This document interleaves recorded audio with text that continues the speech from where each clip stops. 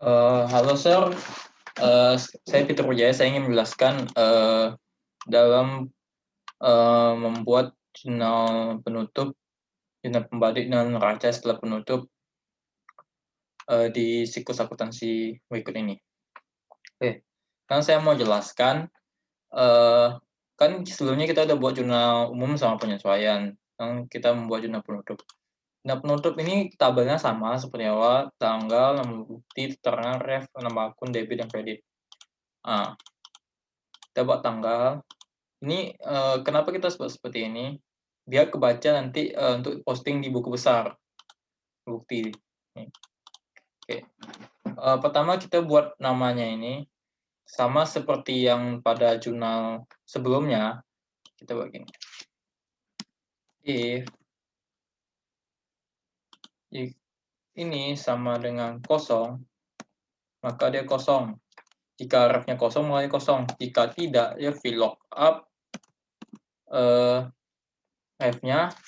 Kita ambil tabel. Saya membuat tabel, namanya tabel di master data, koma 2,0. Ini saya ambil ini tabel saya buat. Namanya tabel. Yang ambil kedua karena ini. Oke, sebelumnya saya lupa jelasin ini. Kita buat refnya ini, kita buat di data validation sama dengan kode akun. Kode akun tuh ini. Nah, tergantung kalian mau buat apa. Inilah.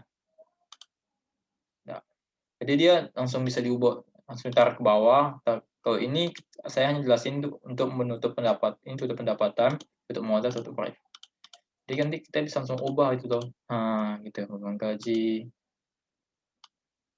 Nah, oke.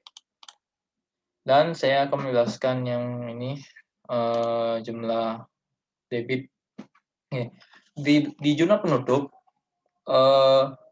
debit kan bertambah di kredit, pendapatan bertambah di kredit. Jadi kita buat di debit seperti itu. Nah, ini ada ikhtisar rugi. Ikhtisar rugi apa? Ini untuk jumlah dari pendapatan maupun beban. Karena kan jurnal penutup, kenapa cuma ada dua ini? Karena jurnal penutup itu untuk angka berkepala 4 dan 5, nominal. Nah, jadi saya buat dulu cara biar kebacanya langsung. Ini kan ambil dari neraca lajur, koma neraca lajur, koma 16, nih di sini. Ini yang ke-16. Nih. Tuh. Saya kan nambah rugi. Tuh. Pada 5. Habis itu udah di tes ruginya itu kita buat sama dengan ini. Karena itu penjumlahnya ini. Nah, sama seperti pada beban. Beda sama beban karena beban ini kan banyak jenis. Ini ada beban sewa kantor, gaji, keamanan, listrik, dan telepon dan lain-lain. Kalau pendapatannya satu, pendapatan jasa, maka saya buat cuma satu. Kalau beban sama rumusnya seperti yang tadi, tapi bedanya ini itu penjumlahan ini. Penjumlahan kelima saldo ini. 14.586.111. Ya. Nah, itu salah kerugiannya. Dan kita kan dapat hasil dari pendapatan dan beban. Nah, kita sekarang mau tahu ini untung atau rugi, laba atau rugi. Nah, makanya dibuat modal.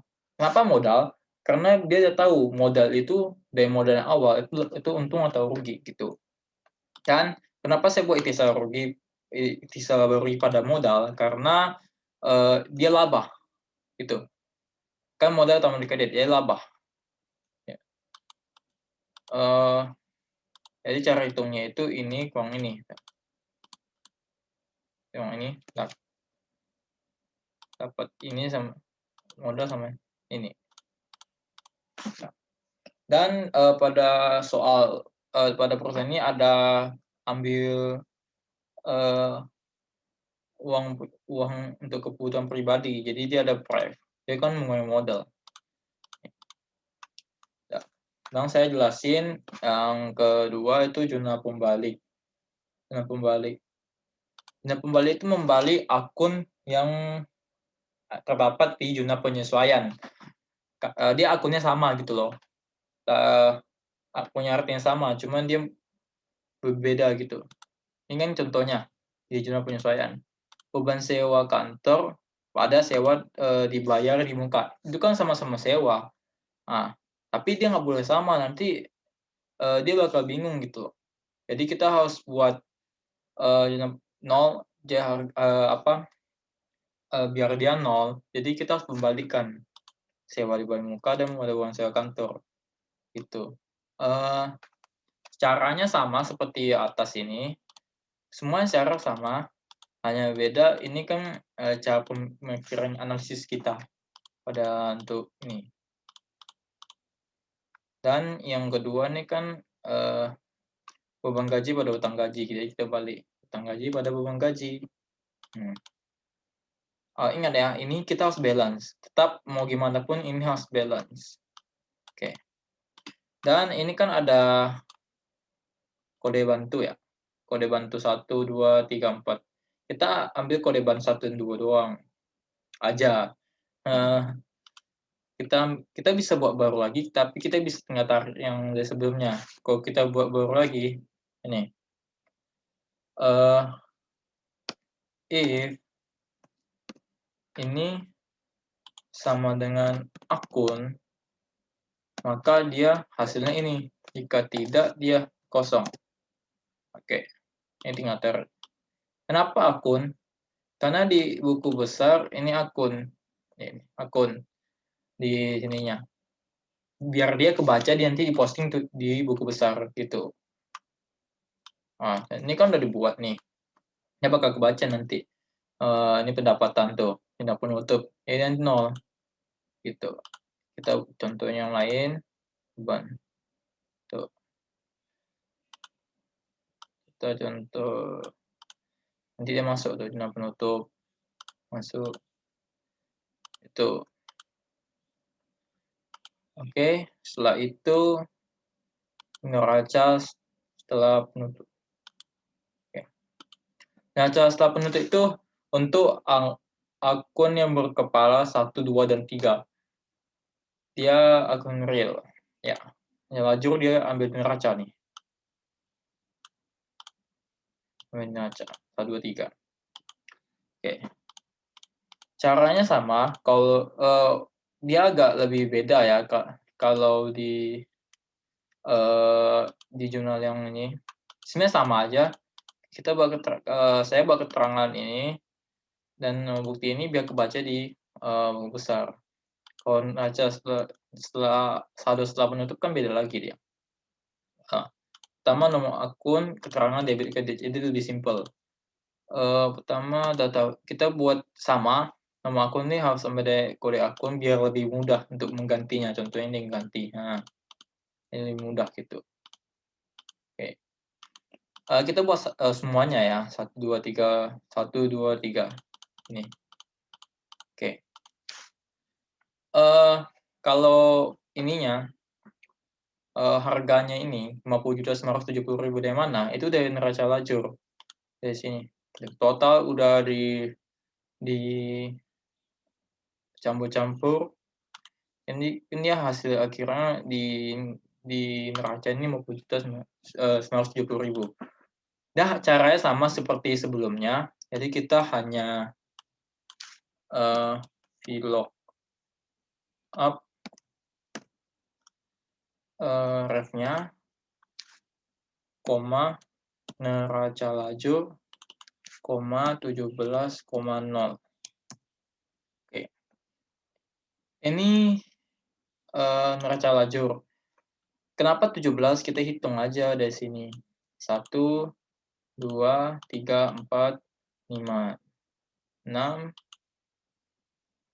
7, 8, 9, 10, 11, 12, 13, 14, 15, 16, 17. Di sini kan dia. Nah, ini kan kita buat tadi debit, jadi dia langsung tarik aja. Saya tarik, tuh, langsung dia sama.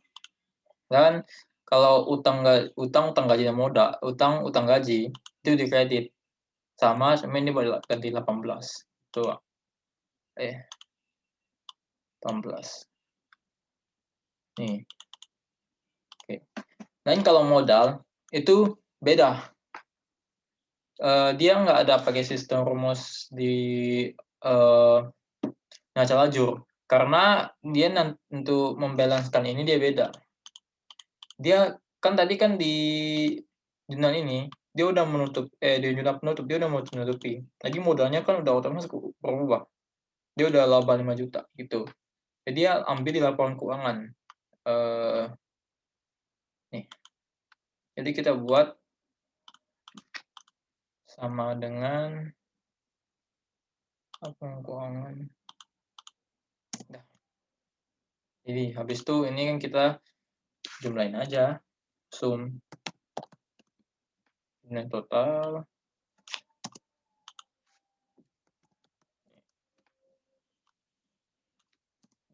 Balance ya sama.